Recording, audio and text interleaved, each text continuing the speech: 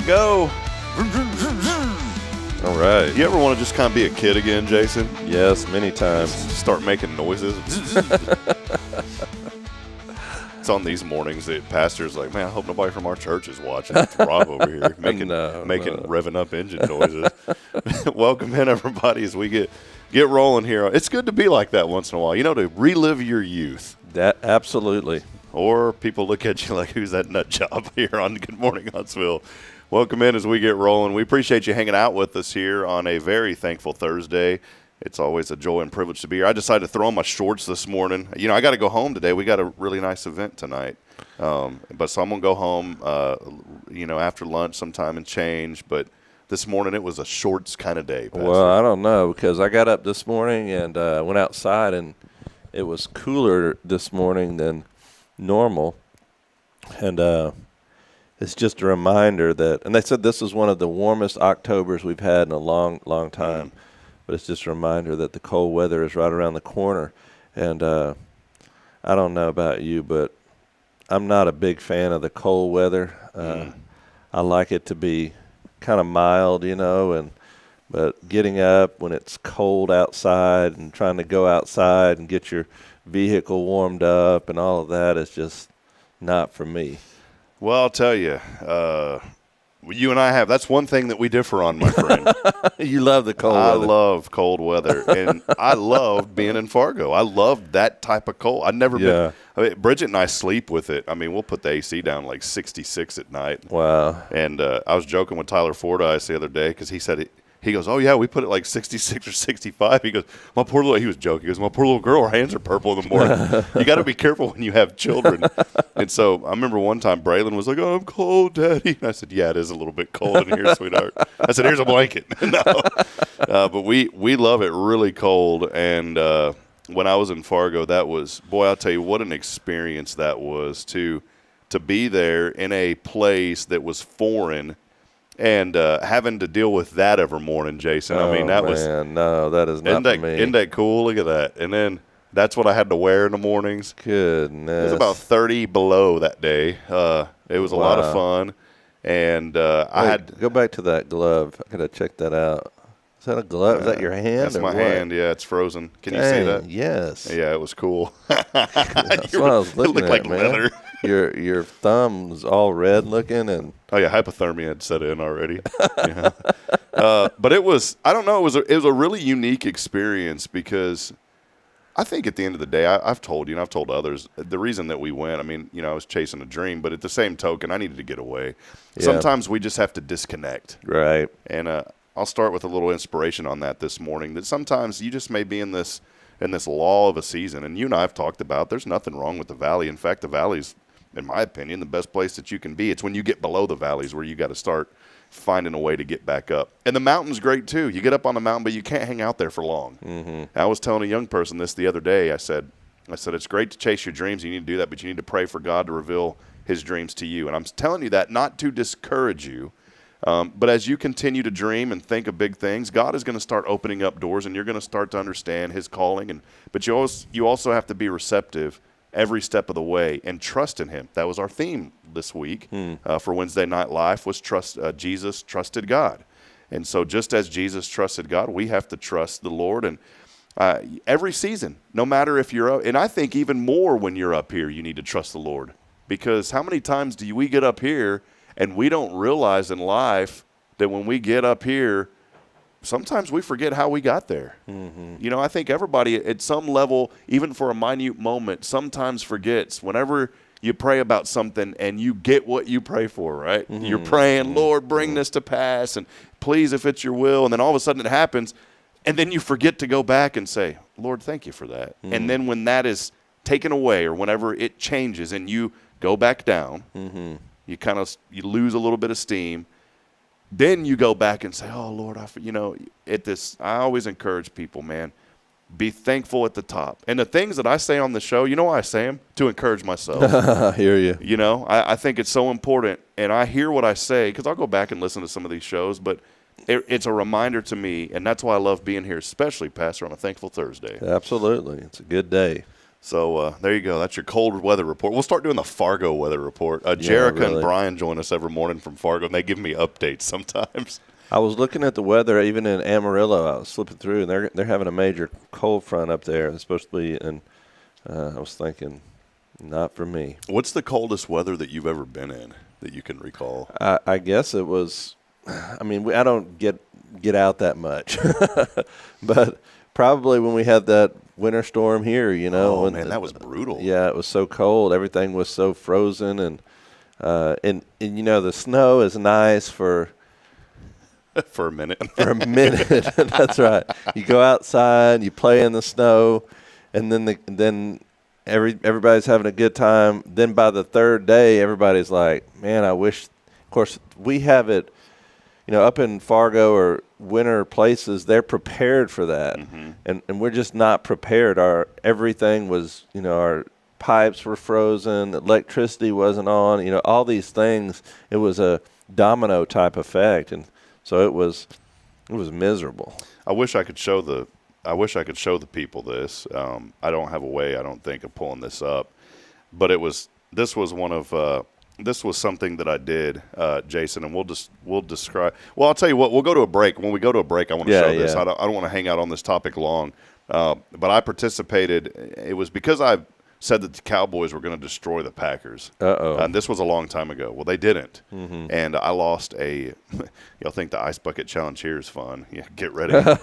So, well, hey, welcome in as we do get rolling this morning. Let us know that you're out there. We always love to hear from you as we kick things up and get rolling here on a Thankful Thursday. It's episode number 612. We're already a couple of weeks past our 600th episode, and we so appreciate all of you, Huntsville, for being a part of it, continuing to help this platform grow to promote the good here in Huntsville. As always, a super big thank you to our good friend Elliot Herzlick.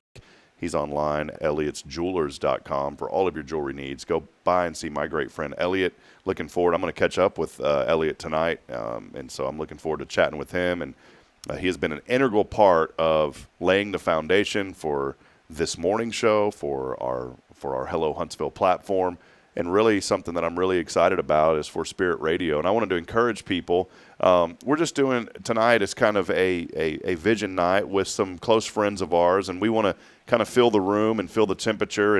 And I think it's always good when you have an idea and you want to start growing, and we're ready to move forward, Jason. But it's always a great idea to have some people that and just kind of get their feedback and kind of feel what they're feeling. And we're going to cast a vision tonight, and we're looking forward to that, and we're going to expand that out to the community after tonight. But we really feel like this is going to be such an important night as we move into the future of what we believe that God has put on our hearts for this community through radio ministry and digital media ministry. And I just want to encourage all of you out there that are watching this program and listening, please keep that in your prayers today. I believe that you have to cover things in prayer first if you want them to work out. And this is a dream that the Lord started building in my heart way back in 2020, and it's so neat how this is something I wanted to chat about, Jason, and have you chime in on it, because I know you'll have a great way of looking at this too. But it's so neat that whenever the Lord gives us ideas, then he starts supernaturally putting people in your path to connect those ideas, and then people that start to share in the vision of saying, wow, I'd like to see this happen. And so I want to encourage people this morning. This was an idea back in Austin. We had a radio station, Spirit 105.9. It was owned by Krista Media, and Krista Media sold that thing, and that was the number 2 station in Austin, by the way. It's contemporary Christian music. They were the number 2 in the market. Number 1 was a country station there, but number 2 was that Christian station. And for the life of me, I said, why are these guys selling out when they're the number 2 station? They were NCE, which means non-commercial educational. They had a really good reach as an NCE station. But they sold it, and they sold it to Air One and K-Love, and then K-Love bought another, and they flip-flopped the signals. Krista sold it for quite a bit of money, but they still operate some of their Spirit stations. And there was people in Austin that were really furious about that. You think as a Christian, like, take it down a notch. But they were upset. They said, you got rid of our Spirit Radio, and they didn't want the national, K-Love. And K-Love's a great station. I'll never knock them. And they have an incredible ministry. So long story short is somebody had approached me and said, hey, you're digging into this internet radio stuff, right? I said, yeah, I've been tinkering around with it. And they said, you ought to do something and build, and rebuild that brand in the Austin area. And so this was something that I kind of jumped into. I wouldn't say that it wasn't well thought out, but I had planned it because you have to do licensing. And back then, I didn't have a provider that paid for the licensing. So we had to pay tremendous fees up front to CSEC, ASCAP, BMI, and Sound Exchange. Those are the 4, they call them pros, that you have to pay royalties to. And I wasn't aware of any services that streamed that covered that at the time. And, I mean, we were forking over a couple of grand just to get that thing off the ground. And it started to grow a little bit. I was still working and doing a lot of full-time, so it was kind of a hobby ministry, if you will. I don't know if that makes any sense, but it was just something I felt the Lord had started to plant a seed. And that's the thing. He planted a seed. And I kept that going. I enjoyed doing it, and we had a few listeners. I didn't really heavily market it or promote it. To be honest, I didn't really have the resources, and I really didn't push it very well. I just said, well, I'll just kind of keep it going and let it grow naturally. And we grew a little bit. And then opportunities came up for me eventually to sell my IT company and then, broadcast for Sam Houston, move here to Huntsville. And the reason I mention all this is every step of the way, I've carried that spirit branding with me. And so starting there in Austin, in Georgetown, but branding it towards Austin. And it was neat. I was searching stuff, Jason. I went back on Facebook and I found an old video of when I launched it. It was, It was like, it's kind of like looking into the past, Yeah. And that's the great thing about Facebook, saving all those memories. Yeah, and I started thinking, I said, I'm so thankful for the Lord for keeping that vision kind of in my heart. And then as I moved around, that internet station kind of moved. And when we made the decision to come to Huntsville, at the time I wasn't focused on doing it for Huntsville. And so I just said, well, I'll just rebrand it to Spirit Radio FM. And the reason it was FM is one day I always dreamed of putting it on the FM radio. But there was a domain .fm. Well, people associate FM with radio. Right. And so when that TLD is what they call those top level domain became available, I registered Spirit Radio. So it's spiritradio.fm. And then as you fast forward, I'd go to Fargo. I carried it with me there. Well, that area is known as FM, Fargo Moorhead. Oh, wow. So they thought, people in Fargo thought that I'd created it up there because of spiritradio.fm. And it was funny because my boss at the station there at the time, she's like, oh, you doing another radio station? You're competing with us? I was like, no, I'm not competing. I've had this for like 4 or 5 years. Yeah. And then as we came back to Huntsville, I still carried that on, and I always ran it. I never gave up on it. And I just believed that there was a purpose for that one day. Yeah. And then as the story would conclude, and I'll share some of this vision in a simplified way tonight, but as the story concluded, the story's just beginning. But as the story of how it got here to Huntsville, I carried it here with me. And then I just felt this need that, the Lord is moving so powerful. Let's continue to have a worldwide vision, but have a global vision, but have a local mission is the way that I look at it. The local mission is to serve Huntsville, to give back to this community, to allow people to be part of it, but still have that global reach because we're online. We've got people in Denmark listening, Germany. I've had people in Ireland listening. And we get prayer requests by email, which is really cool. And we're so privileged for that. When those random prayer requests come in and it says, in the domain is like Ireland, you're like, wow. So we can reach people right here. We can take care of our community, but then we can really expand the kingdom by not just being here in Huntsville, but reaching literally globally. And that's kind of the mission and the vision. It's the mission that I've always said is not to inform, but to transform people. Yeah. So anyway, that's a long story, but that's how it got there. Well, I think you're right. I mean, all those puzzle pieces fit together perfectly for what's going to happen, and I'm excited about it because there's so many different media.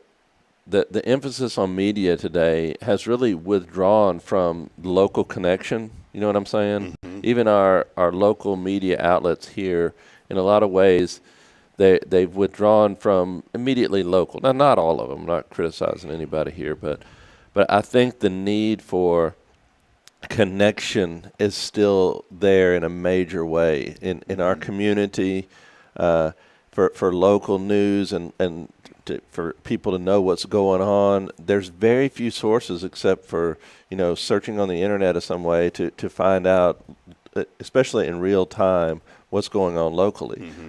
There's plenty of stories that are national stories, but the local news is really difficult to find. And then the Christian influence in the station is going to be tremendous, not only for this community, and this is what you and I talked about, but the prison. We used to put our sermons out where they could reach them behind the walls, and they would listen to them over there. And I would go over to the Ellis unit, and I preached there, and many of them had known about our church through listening to it there. And this will give us another way of not just our church, but other churches to put messages on and be able to be reached behind the walls there. And the guards that are there, the inmates that are there, everybody that works in there, there's only certain things that they can get. But I think this will be something that can reach where a lot of people can't reach. It's really cool. I had a friend, again, the puzzle pieces. I had a friend through the internet. Don't even know how I met him. Grant Merrill. Grant owns several radio stations up in Amarillo and the Panhandle and in Oklahoma, and I've enjoyed just following his journey. And Grant had reached out to me a few years ago and said the FCC is getting ready to open up an LPFM window. Those LPFMs were started because of a organization called the Prometheus Project. And the Prometheus Project was formed as a pirate radio station. Many people wanted to create these hyper-local stations and kind of do what they do to support the community. There wasn't a way for them to do that legally. And so they started popping up all over the U.S., and it got to a point where the FCC couldn't control it anymore. They have surveillance vans that they would send around, and they can hone in on these signals and figure out, and they were finding the wazoo out of these people. And the Prometheus Project became such a huge advocate for low power. They basically are the ones that forced the creation of these low power, hyper-local community radio stations. And there was a window of time when the government stopped issuing citations against pirate radio operators, and they started skyrocketing through the U.S. And because they weren't hammering down on them, and they said, we have got to figure this out. And so during that break, they formed this LPFM, a new class of radio station. It stands for low power FM, but don't let it fool you.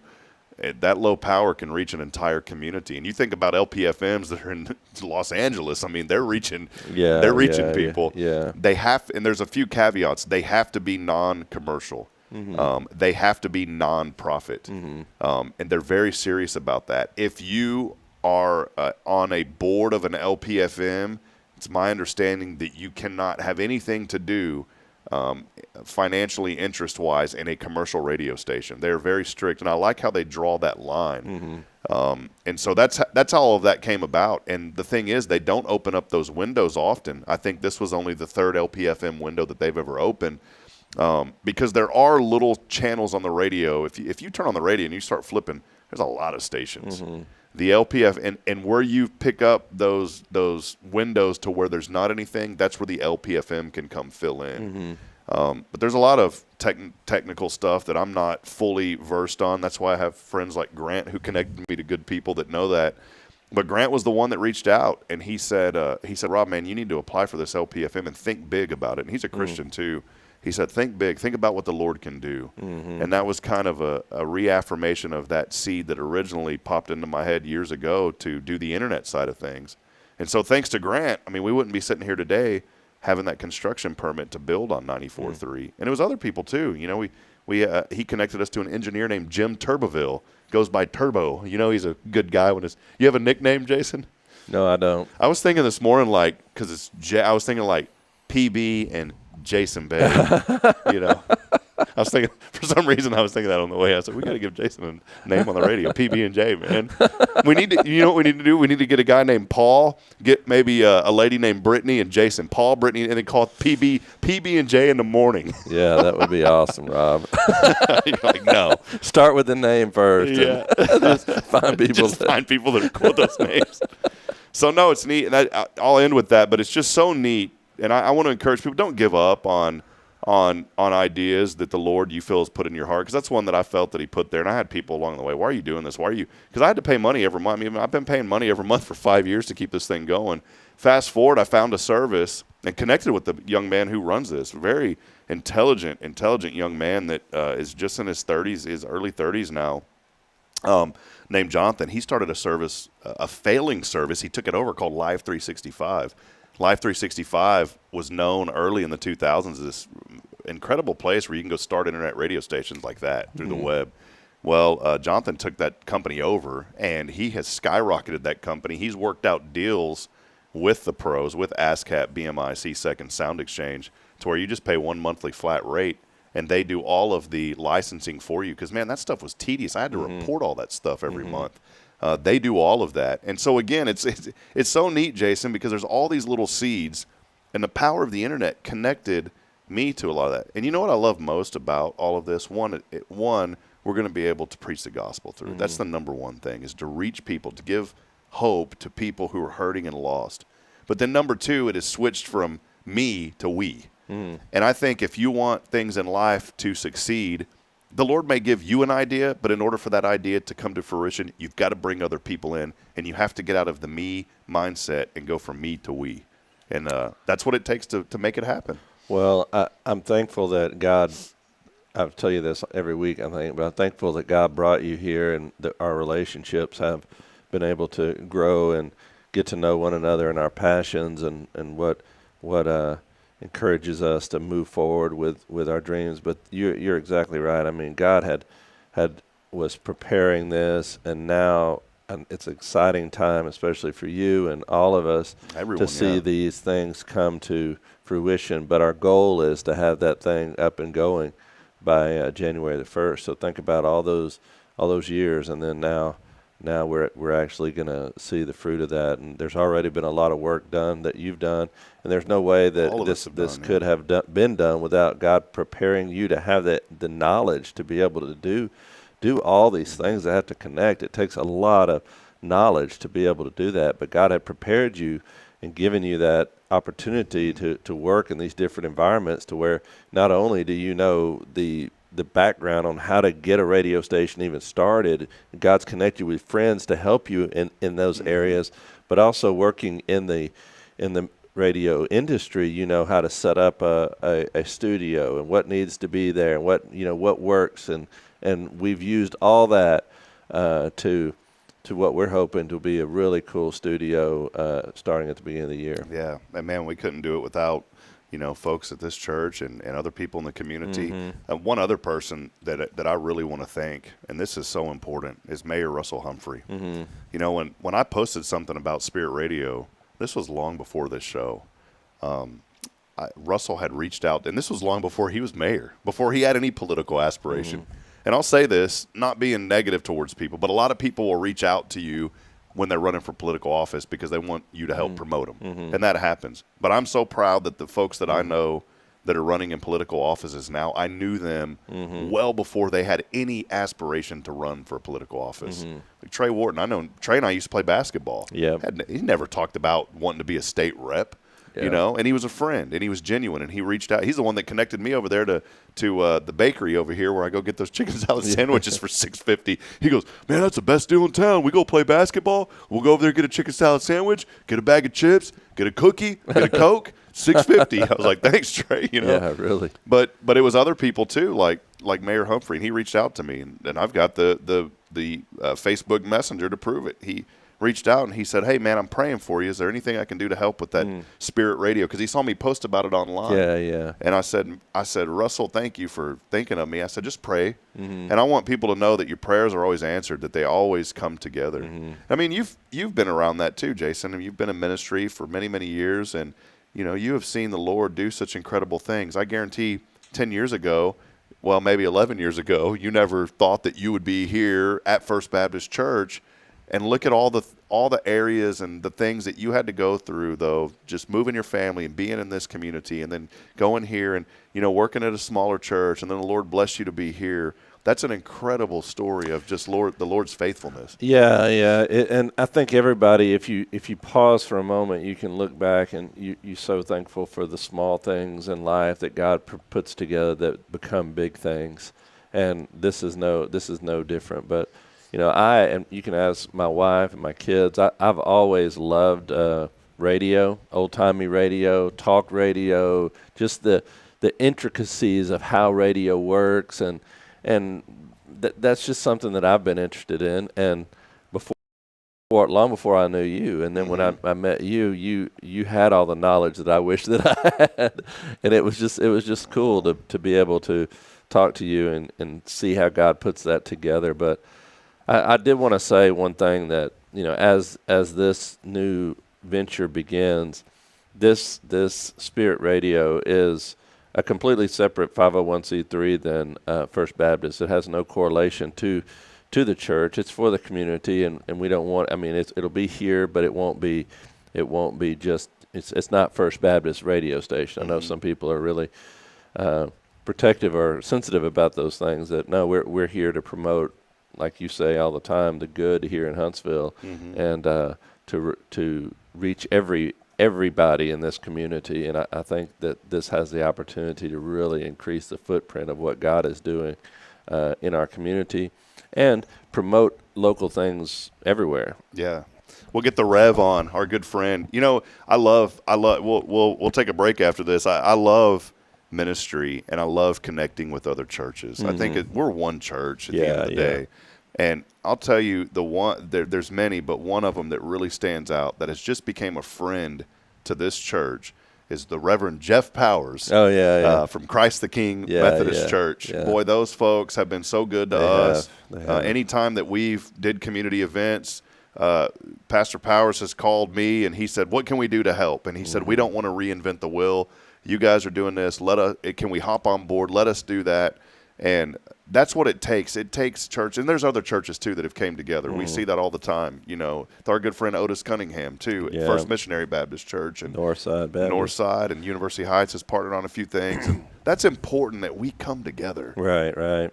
I was telling who was I telling this to, Jason? It was, man, it was a Chick-fil-A line last night. He was asking. This is why it's so important to have a conversation instead of saying, "Here's your order, thank you." He goes, "How's your night going?" That question spurred a quick conversation because you better be quick in a Chick-fil-A line. But there's nobody behind me, so we started chatting. I was joking with him at first. I kind of inched through the window, and I said, "All right, man, I'm going to keep driving. Hand it to me, and it better get in my hand before I pull out of here." He's like, "All right." And I was like, "I'm just kidding, man." So he asked how my night was going. I said, "Well, I just left church." I said, I'm blessed to be on staff at First, and we have an incredible Wednesday night live program. And I was telling him, I said, where do you go to church at? I just asked him, and he told me, and he goes over to Second, and we started chatting real quick in that line.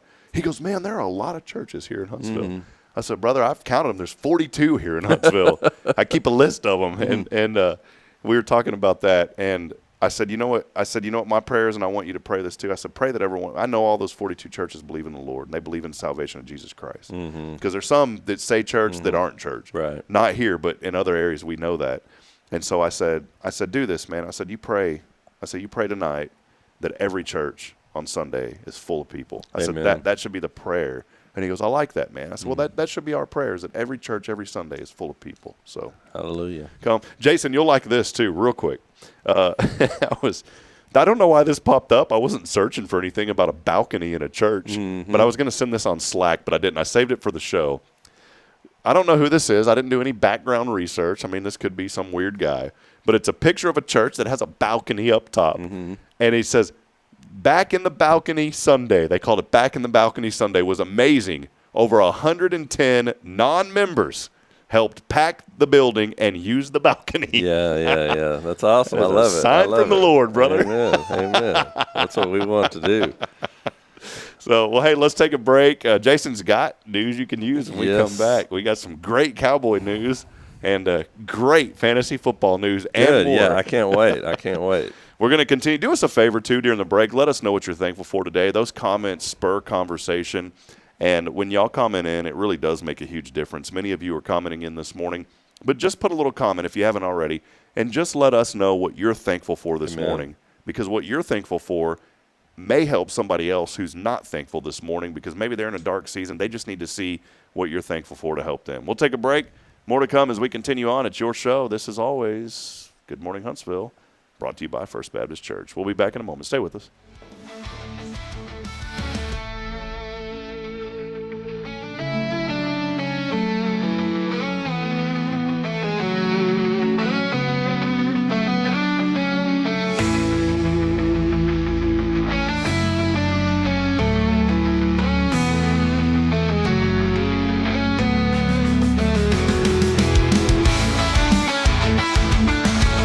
Hey friends, this is Rob Hipp, and I'm here to talk about a true expert in the real estate world. Let me introduce you to my good friend, Terry Coleman of the Coleman Realty Group. With 33 years in the business, I've dedicated my life to making your real estate dreams come true. Specializing in residential properties, I serve Walker and Montgomery counties, from Spring to Trinity and areas all around. They call her your next door agent, and here's why. I'm not just here to help you find a home or lease a property. I'm here to build lifelong relationships. Whether it's residential or commercial, farm or ranch listings, there's something for everyone. Now you might wonder, what sets Terry apart from other real estate agents?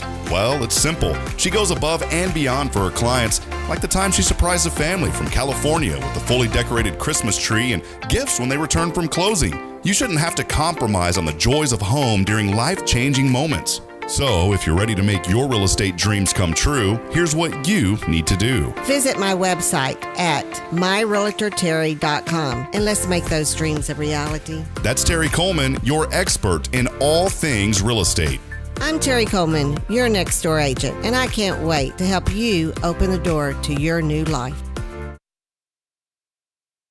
Hey friends, Rob Hipp, Media and Community Outreach Minister here at First Baptist Church, Huntsville. Let me ask you, when's the last time you felt real hope? Maybe it's been a while since you've been to church, or maybe you've never felt connected to a church at all. Well, friends, that's okay. Here at First Baptist, we're a harbor of hope, and we welcome everyone just as they are. We have programs throughout the week for all ages to come together, ask questions, grow in faith, and find the hope that only Jesus Christ can bring. Whether you're looking for a fresh start or a community to call home, we'd love for you to join us. Come experience something real. For more information, visit fbchuntsville.org. First Baptist Church, Huntsville, a harbor of hope. In this harbor of hope, we are safe inside.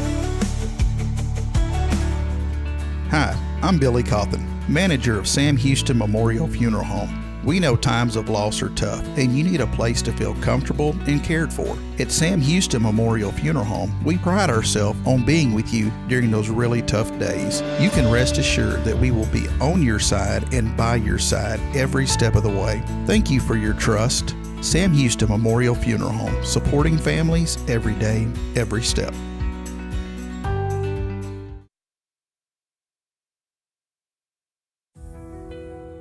Since 2010, the Oak Ridge Disciple House has helped men break free from addiction, not with quick fixes, but lasting change through Jesus Christ. They've celebrated 167 graduates at Oak Ridge and 138 more at Interfaith with an 80% success rate. That's compared to just 5% in most secular programs. The fact is, Jesus works. And now, celebrating 15 years, they're building their third house in Tennessee and just launched a women's program, Restoration Ranch in Texas. It's all for God's glory. And here's the heart of it. They never turn anyone away for lack of money. In fact, 95% of families receive scholarships. As one person put it, don't talk about it, be about it. Every penny counts. Donate today at oakridgedisciplehouse.com and help change a life forever. The Oak Ridge Disciple House. Online at oakridgedisciplehouse.com. Real recovery, real hope.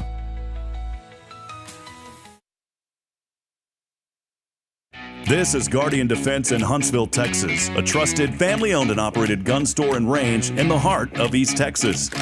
Guardian Defense is your one-stop destination for Texas LTC, NRA basic pistol and rifle courses, pistol refresher training, as well as a wide selection of quality firearms and ammunition. At Guardian Defense, empowerment is within reach through their Texas DPS-approved license to carry classes. Certified instructors will guide you through every facet of firearm safety, conflict resolution, and the pertinent legal aspects. Book now to become proficient and responsible in handling a firearm with complete confidence. For the eager learners, the fundamentals of pistol and rifle usage await discovery in their comprehensive 8-hour NRA basic courses. You're invited to connect with Guardian Defense on Facebook and Instagram, or give them a call at 936-293-0364. You can also visit them online at guardiandefensellc.com.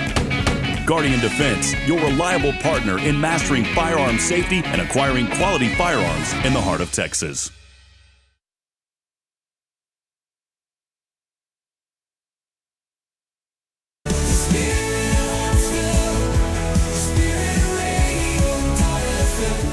This is KHSP LP, Huntsville, Texas, the spirit of Huntsville.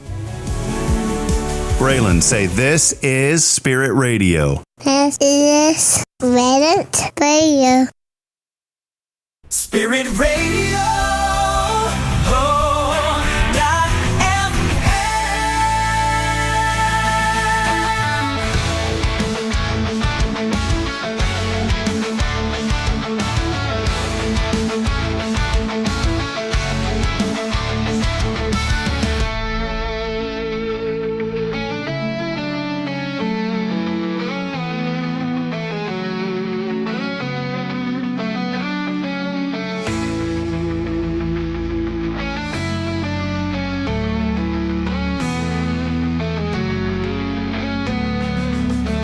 All right, friends, back at it as we continue on this journey, writing a new chapter in the history of Huntsville. Today, welcome in to Good Morning Huntsville. Is always brought to you by First Baptist Church. 64 degrees today. Told you it was cold. It's wonderful. Needs to be about 34. High today, 86, partly sunny. Hey, a little bit of rain in the forecast this weekend. We've been talking about it. It'll start on Friday, tomorrow morning, clear out a little bit, and then back at it on Saturday. So, well, we need that rain, man. do. It's so dry and dusty out there. well, It's that time. it's that time. Hold on. We're going to get the music going. From Prison City, USA, home of the 2 million bats. Yes. Don't believe it? Just drive by the church and roll down your windows and take a whiff. And home of the #1 movie coming soon. That Carrasco movie. It's called, is it 11 Days? 11 Days. And home of the free breakfast for 5 weeks. Thank you for the breakfast, movie producers. Yes. It's time. From Studio 1229J with Jason Bay, PB&J, it's news you can use. All right. Well, thank you, Rob. I just have a few stories here today that hopefully will pique your interest. First of all, from the Houston Chronicle, did you know that Saturday marked the first day of the 51st annual Texas Renaissance Festival? Now, I bring that up just to ask you, have you ever been to the Texas Renaissance Festival? Yeah, unfortunately, yes. Oh, you have? So, okay, Yes. this is what I want to get to, because I've never been. You don't want to go. I've heard positive things, and I've heard a lot of negative things. I wanted to get your perspective on it. I don't know. You know, I mean, if I don't want to judge or knock anybody, but I don't know. I used to play like that some World of Warcraft game or whatever that was, you know, and all these fantasy games and stuff. It's just like, I don't know, man. It seems like it's something for kids, but these adults dress up. And I'm not knocking y'all. I know many of y'all do this stuff, but I don't know, man. I don't know. It's like I don't understand what it is. I went to it and I felt out of place because I was the only one dressed normal, but you know what I'm saying? So you were the abnormal then. Yeah, I was abnormal. It's out of place. I mean, it wasn't, but I'll say this. Outside of that, it was a really cool experience. There was a lot of different things. Like there was guys playing instruments, and it was kind of neat to walk around. It kind of felt like you were in this old school, like medieval setting, but it was just, I don't know, it's just weird. Well, I thought it was dead after the founder passed away, and they did sell it. So this year is the first year since it's been sold, and since George is not there, King George is not there anymore. So it may turn maybe different.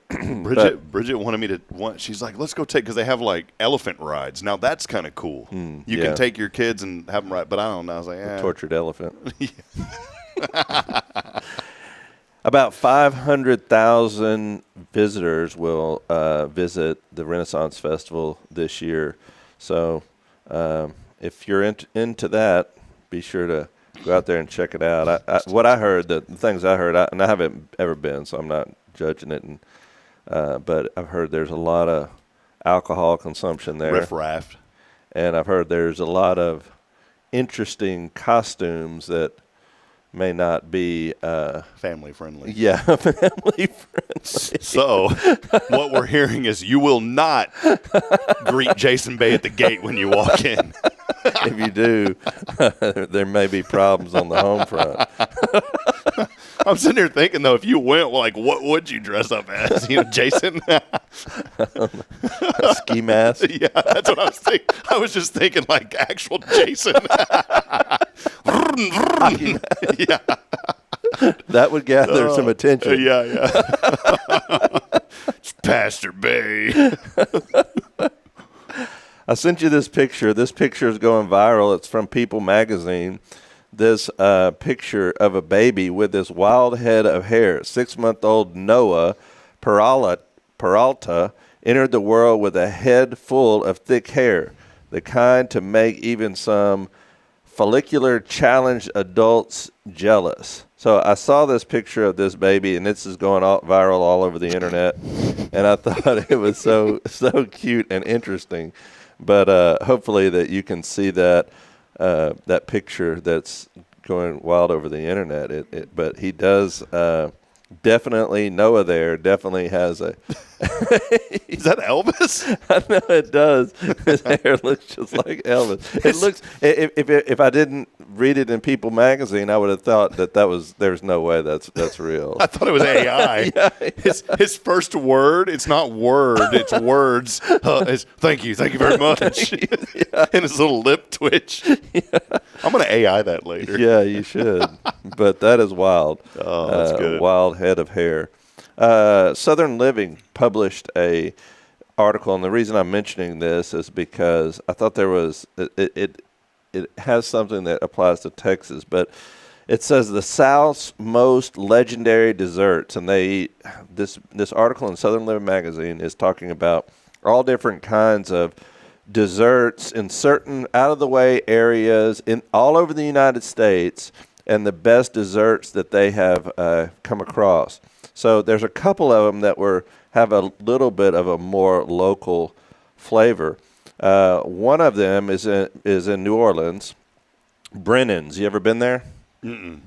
If you ever go to New Orleans, I say stop by Brennan's. I don't even know where that is. Well, but somebody probably has been there. My wife's Brennan, so I've been to Brennan. Yeah. Okay, well, this is Bananas Foster in New Orleans. Go there and have that. Now, here's another one, though. I thought the reason I brought this up is because this is Texas Trash Pie from Royer's Round Top Cafe. You ever been through Round Top? No, but I like the name of that place. Yeah, so Round Top's not that far from Huntsville. Oh, that's the antique capital. Yeah, I've been over there. You drive through there. I love that place. When our boys were playing basketball, and there's Round Top Carmine. It's a consolidated school district out there. That's 1A that we play in basketball, and we played them in volleyball before as well. But they're saying if you're looking for desserts with that are artful, you won't find them at Royer's Round Top Cafe. This homey spot makes big, bold pies that demand attention. And the most famous of them all is the Texas Trash Pie. So, I mean, this is big news for that little town. If you have nothing to do this weekend, drive out to Round Top and try this Texas Trash Pie, made the Southern Living magazine. So that's pretty interesting. I was wondering what is in that pie. Okay. I was about to ask. I didn't want to because you clicked off of it. Yeah, let me see what it says. But man, it looks pretty good. Yeah, it does. It looks like it has. I don't. Let me is see. Is there rice in that thing? No, it says caramel, chocolate chips, coconut, graham crackers, and pretzels in a pastry crust. There you go. So there you go. That's nice. A lot of carbs in that baby. And what was it? Round Top Texas Trash Pie. Okay, there you go. So go over there and check it out, Rob. I'm going to go there and then stop by that world's smallest Catholic church. Have you seen that thing? I've seen a couple of those. There's if you look, you know how you can check back roads in Texas, and there's like some motorcycle rides that people ride. There's one up around there, and there's a lot of neat little churches around there, but I haven't seen that one. Yeah, we stopped and visited because it says world's smallest Catholic church, or world's smallest active Catholic. Oh, really? Okay, cool. That little building, Jason, is probably a little bit smaller than this room. And they meet once a month. There's, however they do things. Their guy comes over once a month, and they meet in that little church. I mean, it was, and you go in and you sign a guest book. I mean, it was a neat experience, just to. It's one of the. I'm like this Martha Stewart when I drive. All right, I'm real crafty and art type guy when I'm driving. And what I mean by that is, if I see something that piques my interest, that probably most guys would just keep driving. I'm like, oh, let's turn around and go to that. look at those flowers over there. Let's go look at those, So I'll stop. I mean, I'll hit the brakes, man. And so we made a big U-turn in the middle of that road and went back over there and went into that thing. That's a great characteristic to have, Rob. It really is, because life is about the journey. It's not about the destination. I try to tell my family this all the time. When we're on a journey, look around, look outside. Find something, and let's stop and do something unique. I love that.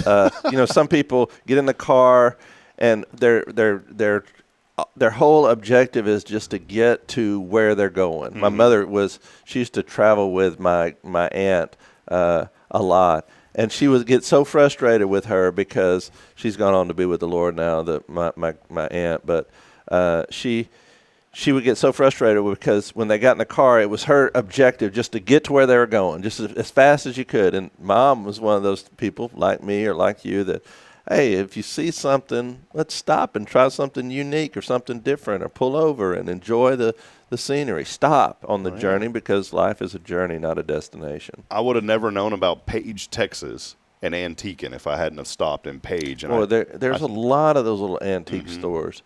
But that stuff's probably outrageous. I probably would. Oh, yeah. All right, moving on. This is from the Guardian magazine, and I sent you this picture as well, Rob. Have you heard of Tilly Norwood? I didn't until the other day. Okay, a rising star, right? Yes. Unveiled this weekend at the Zurich Film Festival, Tilly Norwood has been touted as the next Scarlett Johansson. With the studios apparently clamoring to work with her and her talent agency lined up to represent her. Now, this wouldn't make news you can use on a normal basis, but the difference with this story and this up-and-coming actress, Tilly Norwood, that most people probably haven't heard about, is Tilly Norwood. Don't reveal it yet. Okay. Don't reveal it yet. Tilly has an amazing story. Okay, let's hear it. And I didn't want you to reveal it yet because I want to show a picture of her. Yeah.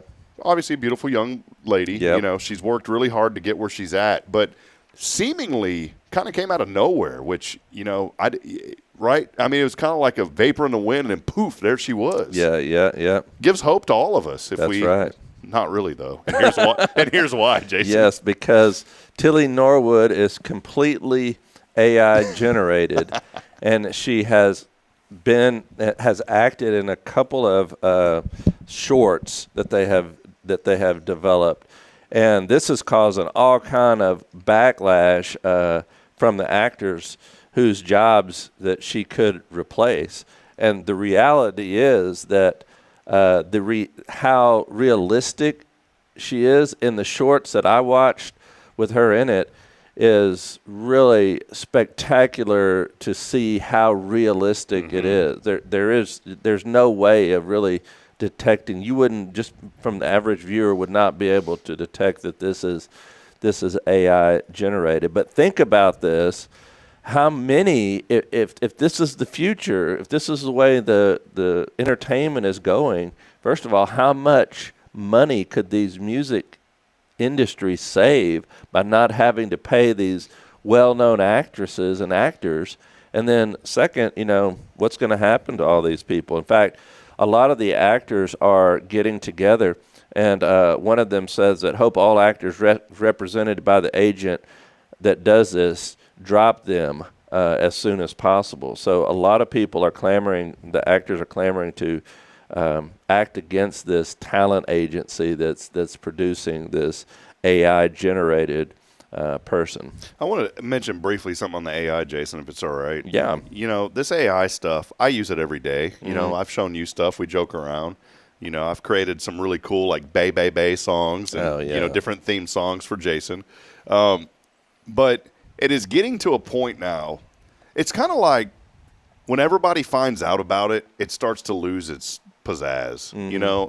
And what I'm getting at with this, I get so annoyed being on social media now. And I'm not knocking, I'm not being judgmental. I'm just getting annoyed.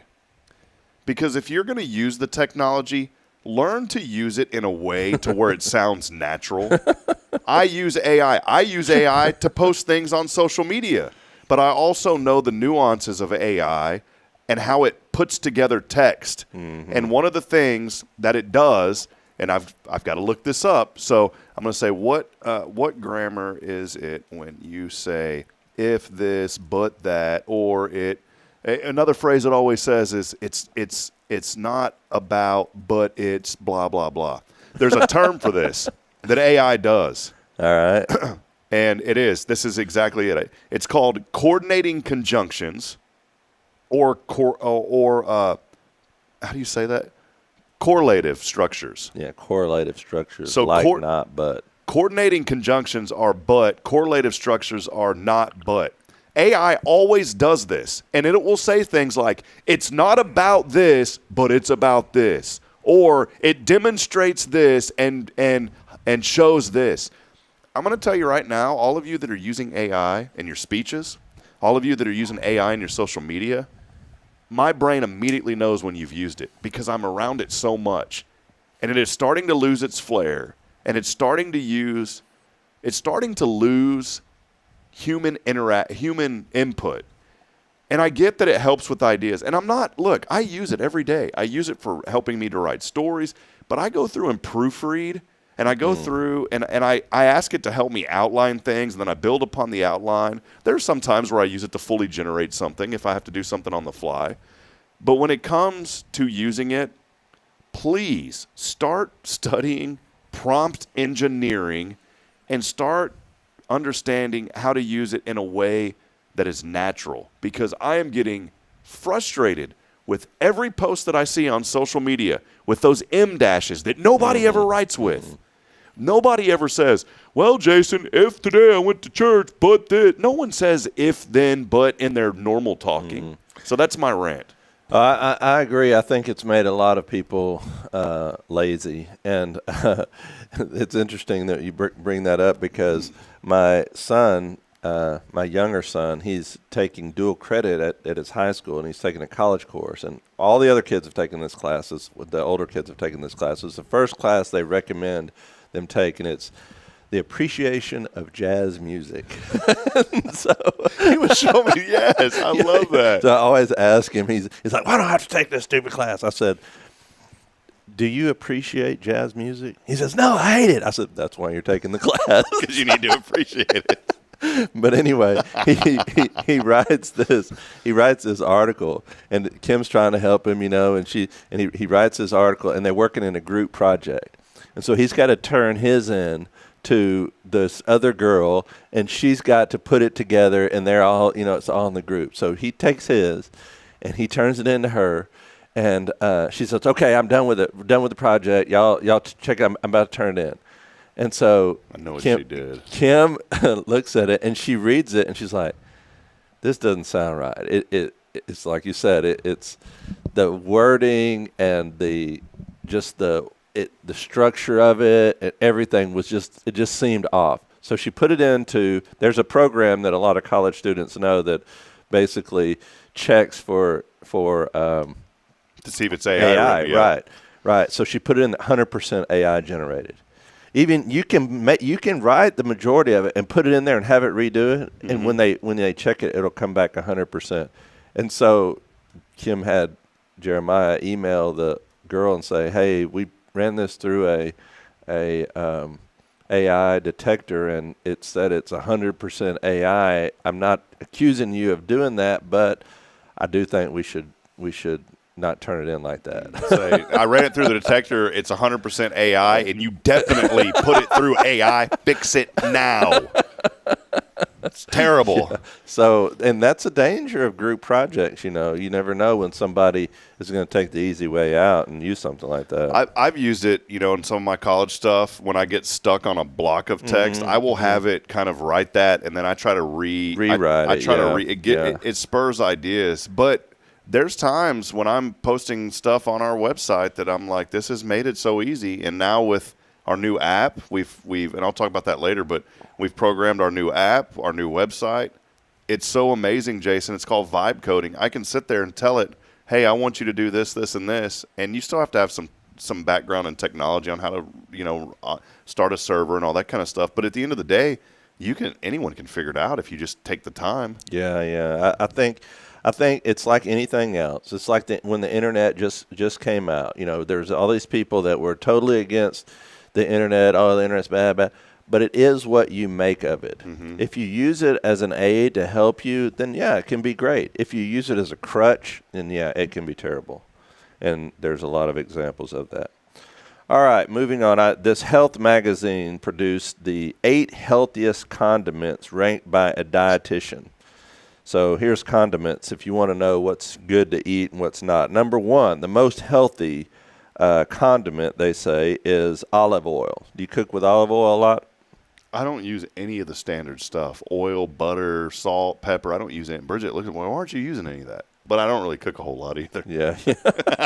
Hummus. Do you eat that? I don't like that stuff. I don't think I've ever even tried it. You put it with crackers. That's a big deal now. Oh, really?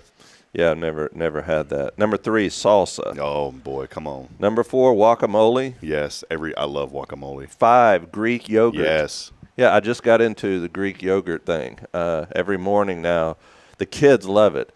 And I buy the protein type. Mm-hmm. It's really good for them. And so every morning, Kim puts one of those things in their lunch they have it for breakfast, and it's so much better than eating a bowl of cereal, which is just full of sugar, and it does help the attitudes, and it's like you said, you were talking about earlier about the kids on Wednesday night. Yesterday we were talking about how they were extremely wild, like they had a bunch of sugar, but what they eat does affect their attitudes and their actions a lot. So, well, speaking of Greek, very quickly, my next term, I'm on break right now. So if you've noticed me a little more bubbly, that's why I don't have any college work this week, Jason. That's great. That's great. Well, what's not great, what starts on Monday, is Introduction to Biblical Greek. Oh, that's good. You'll enjoy that. Well, I opened up that book, and now I know why the phrase, it's Greek to me, makes sense. No, that's good. It's interesting once you start studying that, how many of English root words and Latin root words and other root words come from Greek. So a lot of the vocabulary is easy to understand because you can catch the root word there. Nut and seed butter, like peanut butter, almond butter, sunflower seed butter, those are healthy. Marinara sauce. Ooh, I eat marinara sauce. That's good? Go. Yep, and that's it. So there's some healthy condiments that you might want to try. The Texas voucher program, which has been a lot of going on in the media over the past couple of years, is finally about to set to start up February the 4th through March the 20th. Families can sign their children up, and the decisions of the voucher will be finalized by May 1st, with the money accessible in a digital wallet beginning July 1st. So the program is meant to prioritize low-income families and projected to serve around 100,000 students. Families will be eligible to receive up to $10,500 for children in private school, up to $30,000 for children with special needs, or $2,000 for homeschoolers, and this will be for the 2026-27 school year. So if you are interested in that, February the 4th through March the 20th, they've just come out to say that's going to be the window to get your children signed up for the vouchers. What was the prices again, Jason, one more time? Per child, each child will receive up to $10,500 if you're going to enroll your children in the private school. or up to $30,000 for children with special needs. Wow, that's good for special needs children, Yeah, especially. yeah, definitely. There, you know, there's a whole political thing around Yeah. this, and I don't want to get into that debate. And honestly, I had reached out to some folks because I said I don't know enough about it. But I said I know you and I trust you. I mean, you're where you're at for a reason. But I look at it from this way, that I think anytime you do something new, there's fear. It's like, well, what's this going to do? How's this going to affect people?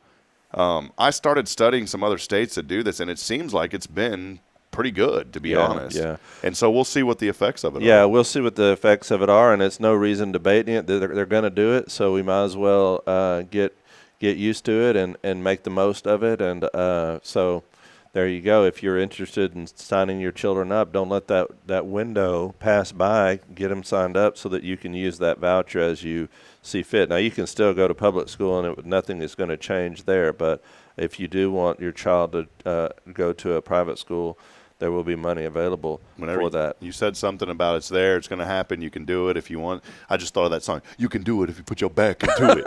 Remember that? I don't know why I thought of that. That's great. See, this is what News You Can Use I does. love it. I love it. All right. Before we dismiss, I teased something last week that I wanted to go over with you, Rob, because you're the expert. No. Yes. I'm no expert in it. Well, you're an expert in this. So my family and I, we don't do a lot. We don't have with 10 children and 3 of them in full time and college students. There's not a lot of funds to go around. In fact, we scraped the bottom, and our credit card bill proves it. But we try to make ends meet, and we try to do something. So what we've done this year, in the past couple of years, and we love, as you know, we love Aggie football. And so the one thing that we kind of treat ourselves to is season tickets to the Aggie football games. And since the 3 oldest are already at A&M, it makes for a good family outing because we can go over there and spend the day with them, all go to the games together. They have their own tickets. They sit in the student section.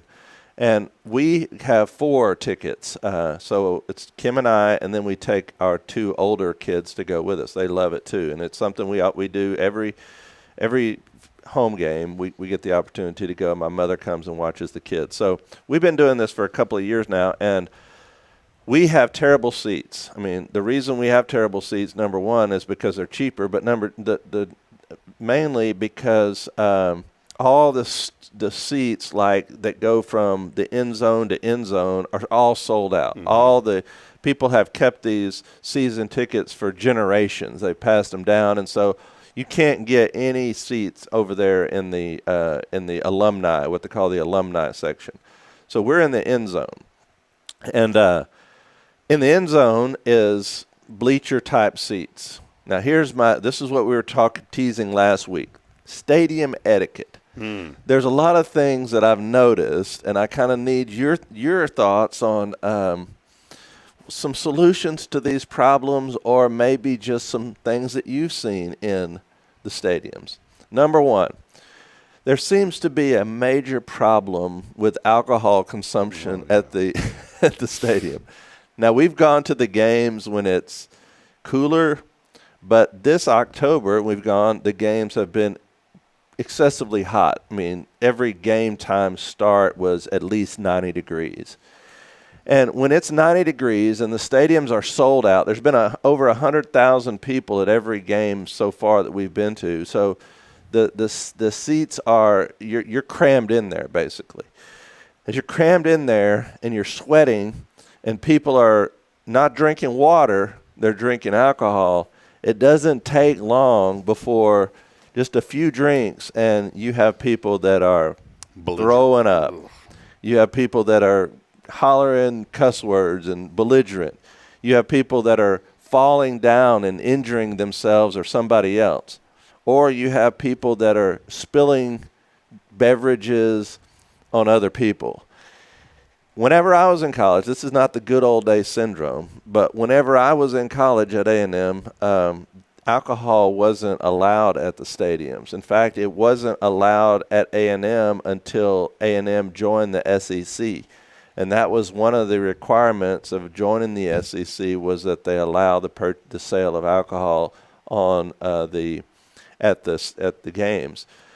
But I think it really has changed the atmosphere. The sale of alcohol really has changed the atmosphere because, I mean, I don't have anything that, you know, if somebody wants to go and have a beverage at the game, I don't have a problem with that.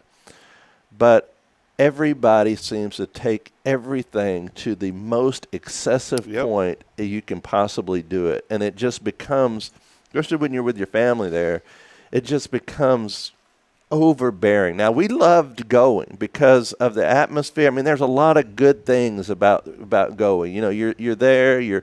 It's something to do. Everybody's there. It's like it's fun to get out of the house and do something unique. But I'm just highlighting some of the obstacles that I've noticed. So one of them is the alcohol problem. You notice that in North Dakota? Oh, yeah, buddy. Come on.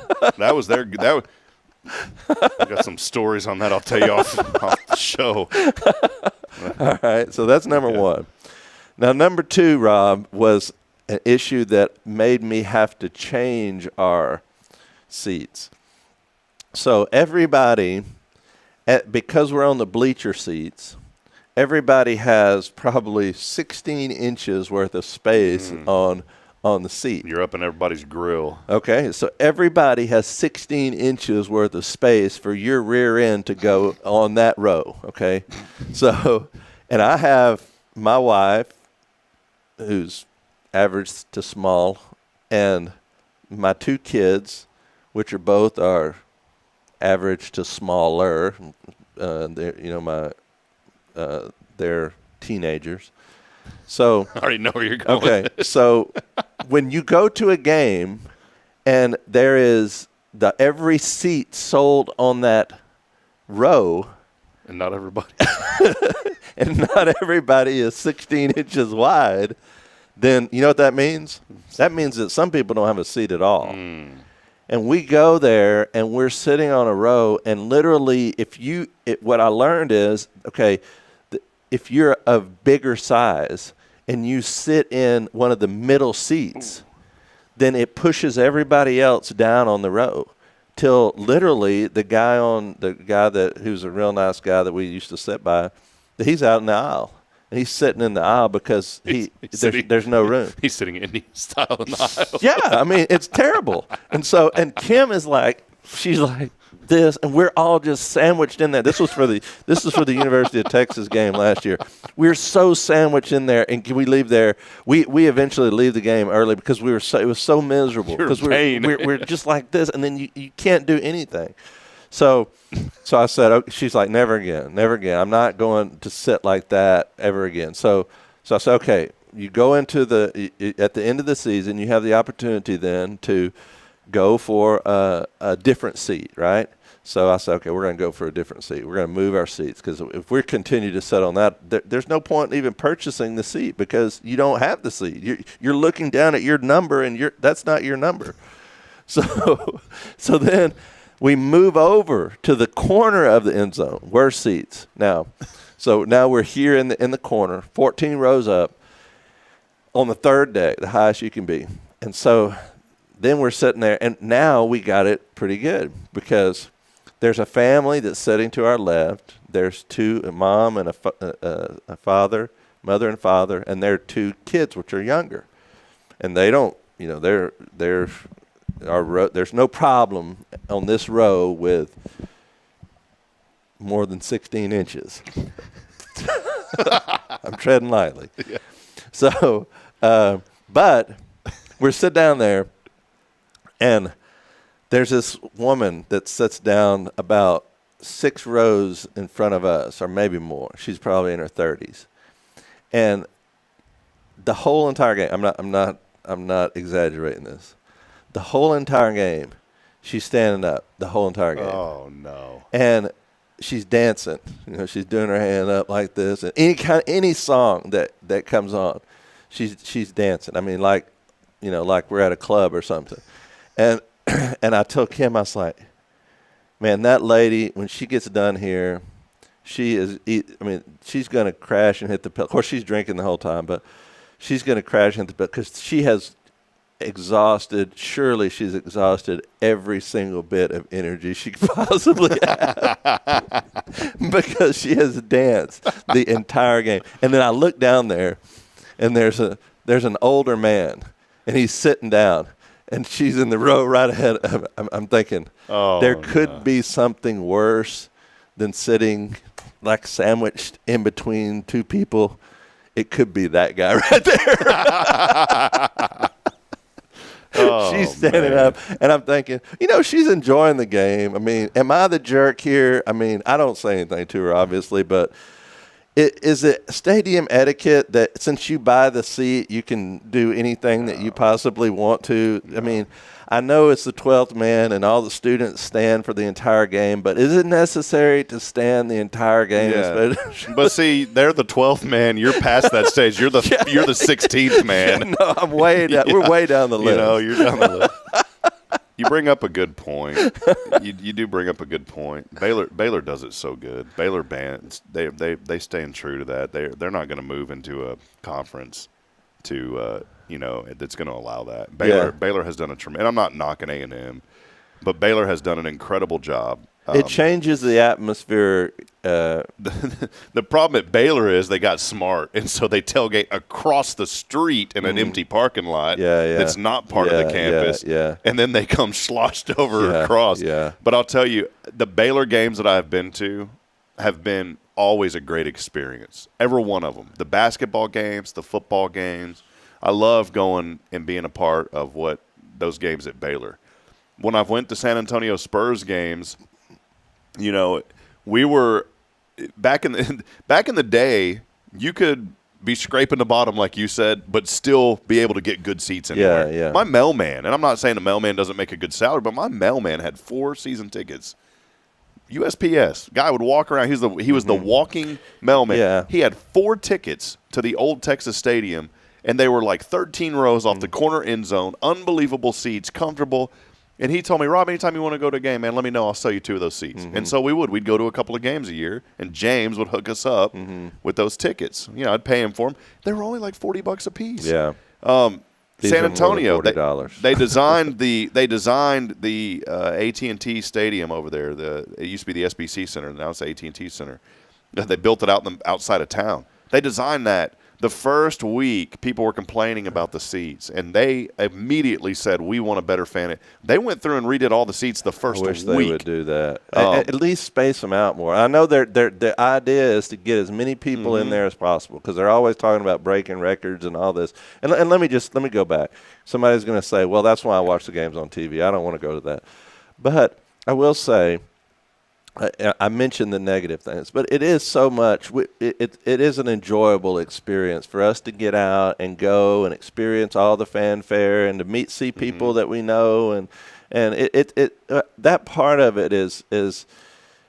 And you can watch it on TV. You get a better perspective sitting on your couch than you do sitting way up in the stands. But it's just part of it. Just being there is special, especially since my older kids are in college now, and it's an opportunity for us all to kind of go and just do something together. So I think the experience is great to be able to do that, but I just these things that I'm just questioning the stadium etiquette. It is, there's things we can all do to consider our neighbor a little more. Here is what my AI chatbot would say about this. Is it okay to what does it say? Let's be real for a second. A stadium is supposed to be a place for families. All right. Where dads bring their sons to a ball game where people unite around something bigger than politics for once. Although, there you go. Although nowadays that's questionable. But somewhere along the line, we lost basic respect for others, Jason. If you buy a seat, that's what you get, 1 seat. Not a seat and a half. You better stop right there, Rob. No. Not your neighbor's leg room, not someone else's cup holder. Courtesy is not complicated. It's the foundation of civilization. All right? And on the drinking issue, getting hammered at a public event isn't freedom. It's selfishness. When your behavior ruins someone else's night or makes families uncomfortable, that's not liberty. That's license. See, this is good, Jason. I believe in freedom with responsibility. You can have a beer, sure, but when you cross into belligerent, sloppy, or vulgar, you've stopped exercising freedom and started abusing it. Hold on. America's problem isn't that we have too many rules. It's that we've forgotten self-control. There you go. Real maturity is doing the right thing when no one's forcing you to. Yeah. There you go. You know what why I said American? It was really neat, and I wanted to do this for a reason. I had AI. I created a chat bot. I created Charlie wouldn't be proud of this because he did not like AI. Charlie Kirk was anti-AI. Yeah. But I created a Charlie Kirk chat bot. Oh, wow. With ChatGPT. And I fed it. Oh, yeah. And I told it because I wanted to pretend that I was debating him. Right. And so I'm not going to talk about the hospital bond, okay? But I created it. I gave him all the information about the bond. And then I gave him all of the opinions from people. Right. The chat bot. Oh, cool. Had a pretty good argument about it. But so that's what I just did. I threw that in. That's why I was talking about liberty and freedom in the. Isn't that cool, man? That is cool. That's cool. It developed a personality. No, but I think that's really. I mean, it hits the nail on the head. There is just a common respect for other people. But hey, this last game that we were at, so we played Florida. A&M played Florida, and we had this like 4 rows in front of me. There was this Florida fan, and he already came in pretty hammered. First thing he did is, I mean, we're all squeezed in there, mind you. That there's over 100,000 people there. But he comes in, first thing he does is spill his beer right on the guy in front of him. I mean, he stands up and he spills it right on the guy in front of him. There was no altercation or nothing. I mean, the guy that got the beer spilled on him just kind of shrugged it off, and the guy ended up, he stood up. He was hollering the whole time, and it was fine. He was having a good time and all that, and people were really respectful to him. And then at the end of the game, I thought this was pretty clever. He and his buddy were there. It was him but it was mainly he was the one one guy was really belligerent. Anyway, so at the end, A&M is up by a lot, at that point. There's just a few minutes left on the clock, and he turns around. He's taking a selfie with the field in the background, and with his buddy in the picture, and the guy in the row behind him. He's like, "Hey man, just make sure you get the score in that picture."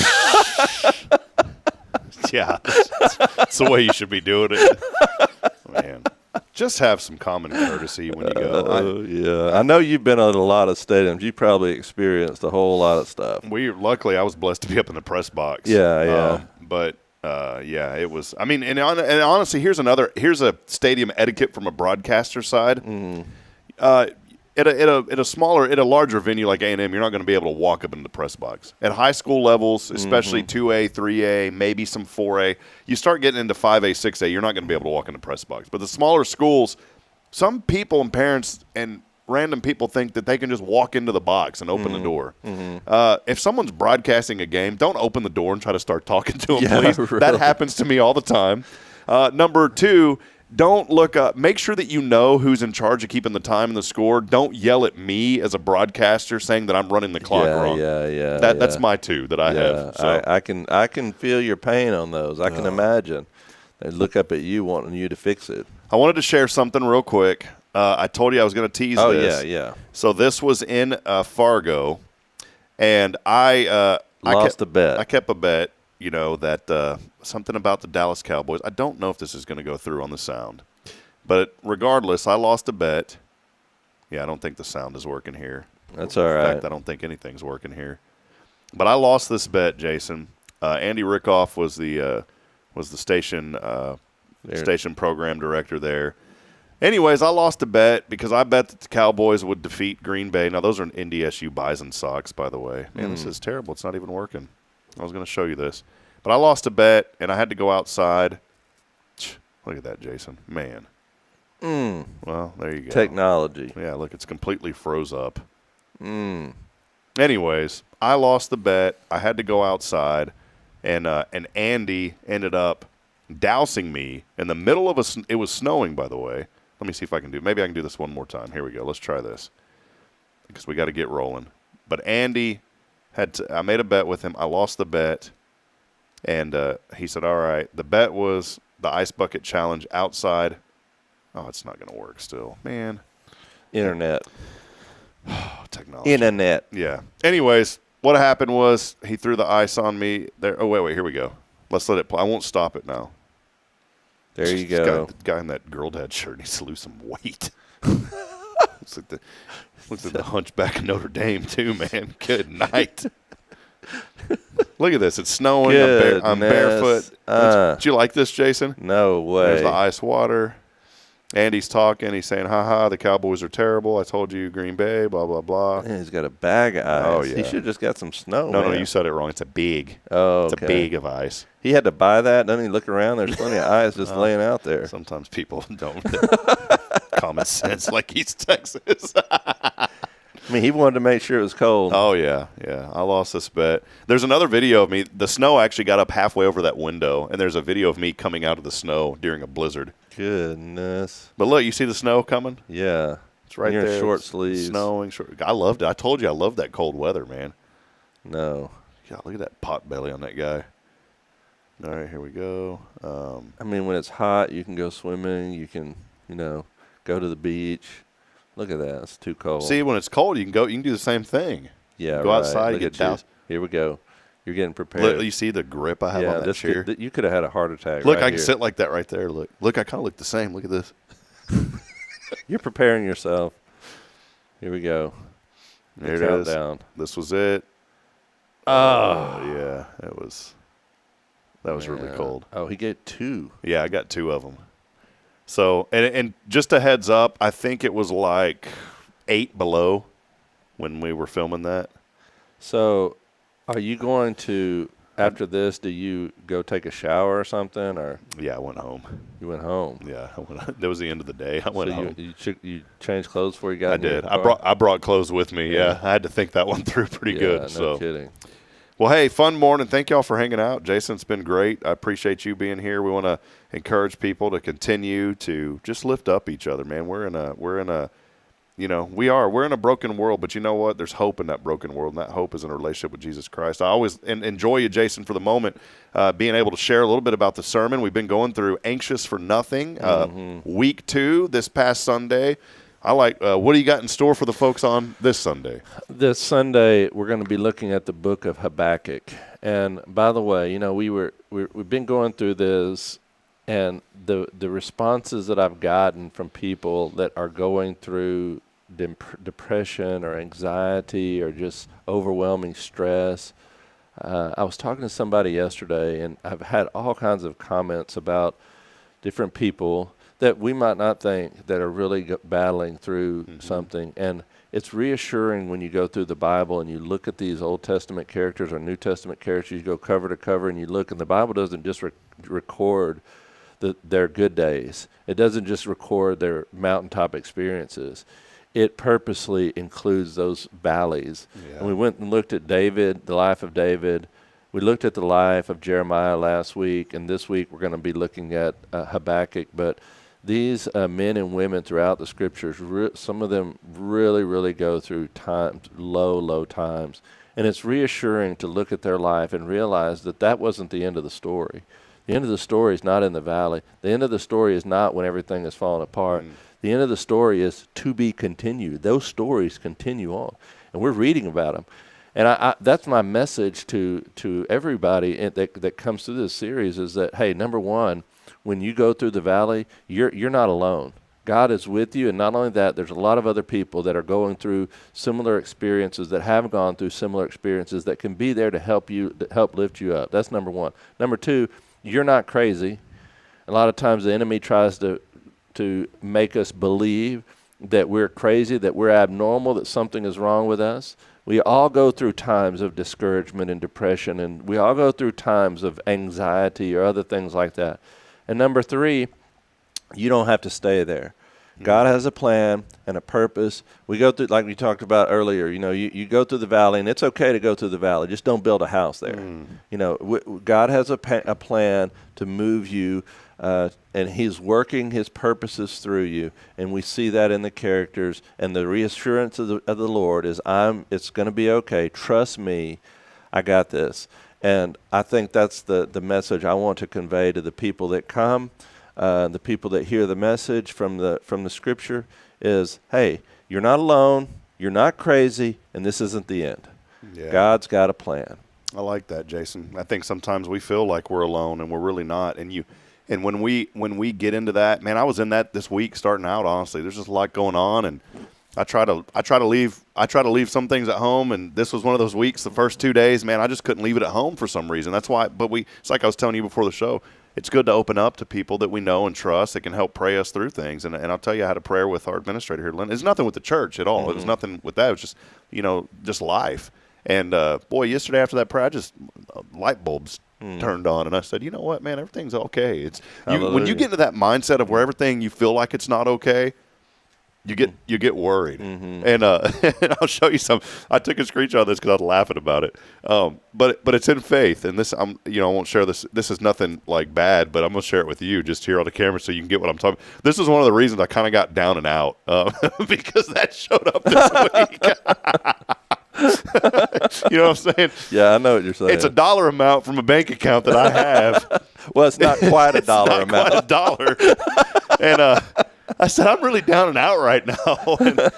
But you know what the Lord has provided, and I'm not worried about it at all. And the gas tank ain't been that low in a long time. But you know what, the Lord will fill it back up. I ain't worried about it at all. So, well, hey, I wanted to share one last thing, Jason. I know we got to get rolling, but I'm really excited about this. We have been working really hard behind the scenes, and thanks to the power of AI, we have been able to launch our Hello Huntsville app, and we are starting to get a lot of traction. In fact, that app has now been downloaded almost 50 times, and we have it on iOS, and we also have it available on Android as well. And I wanted to show this. This is a web view of what the app looks like. Basically, it's a little bit, of course, it's different, but it'll work on tablets, it'll work on PCs, it'll work on iOS, it'll work anywhere. And so, like right now, we're live on the show. The app will show that we're live. Check it out. There's Dave. It even took a screenshot of him. Yeah, I'm looking bad. Looking good. We've made some new updates to the app that I think the people will really like. Jason, you always say the people. I like that. Yeah, I think the people will really like this. Let's have it. If you go on here, and of course you can log in, you can earn experience once you log in and register an account. That experience is really neat because you can go to rewards, by the way. And if you go to rewards, well, you got to sign in. So let me sign in to view the rewards real quick. So I was making sure it didn't like show my, you know how sometimes it shows the first letter of your password. I was like, don't do that. So here's the rewards, right? Now, me as an administrator, I have made it to where I don't get rewards, obviously. I don't want me to be on the leaderboard. But it's really neat because you can go to leaderboard and you can see all the, I told it, Brisketeer, that's Kyle Kreiner. Kyle sent me a message the other day. He's like, I'm just sitting here, so I'm going through your website, and he's earning XP going through things. That's Jason Thompson right there. Big Dog. I just gave away his username, Big Dog 76. But these folks are earning rewards, and every 25 XP that you earn, you get entered. You get a prize entry. And so, what does that mean? Well, if you go over here to the current rewards, these are the things that are being given away this month. Like our good friend Deborah Wine, she puts together these gift baskets. We're going to give away one of those.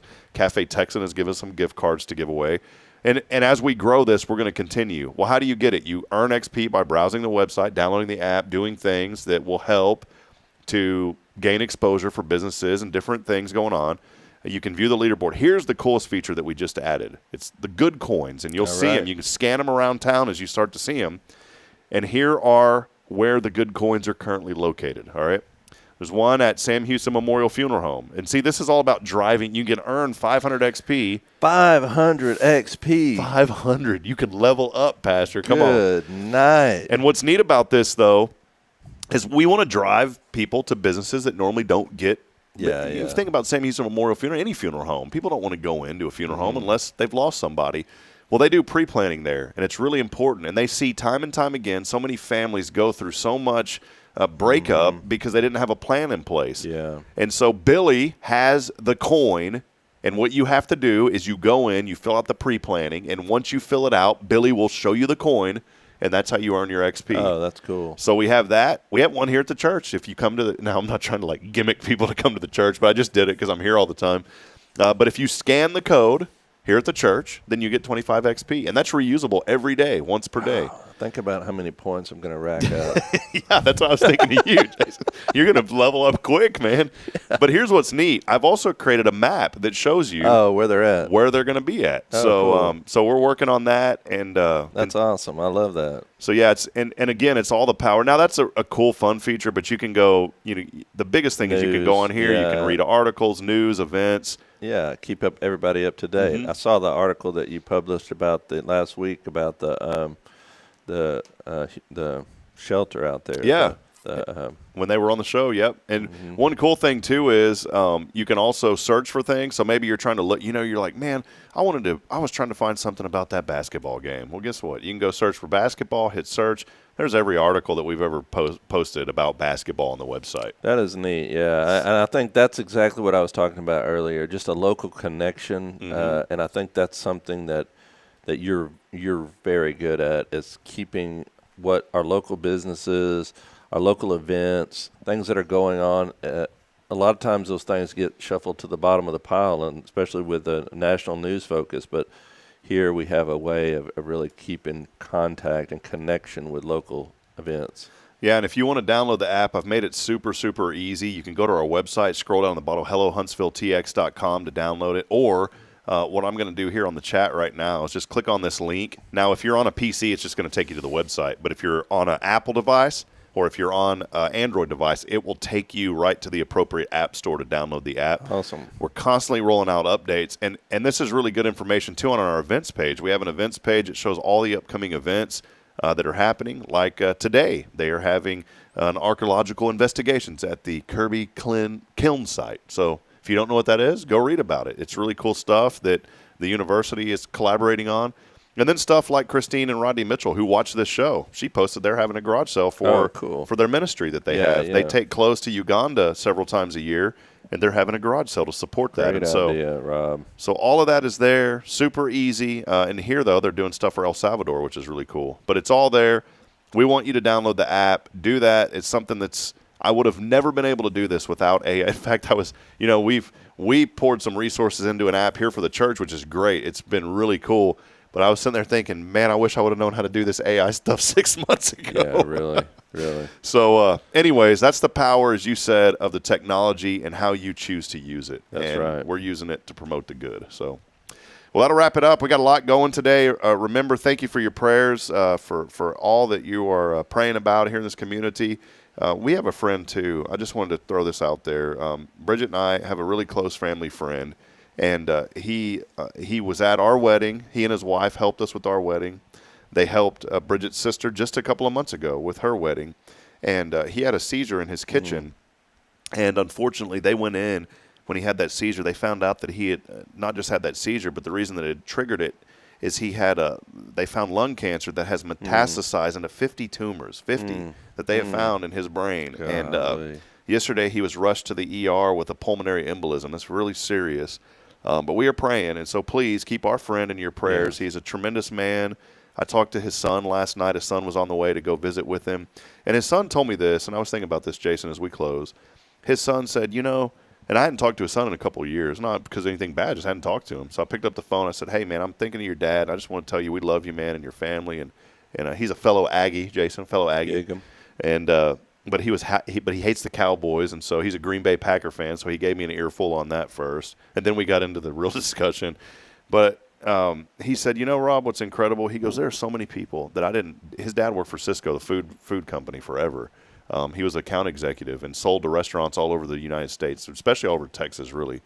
And he said, I've had so many people I didn't even know Dad knew that have been coming up to see him and calling him and coming by. He goes, we had one guy all the way down from Corpus that had known Dad for 40 years. I didn't even know who he was. He came up and visited with Dad. He goes, thank you for sharing the story that your dad has made an impact. Because I sat down and talked to him for an hour at Jenna's wedding, and they're just good people, man. So we can pray for him.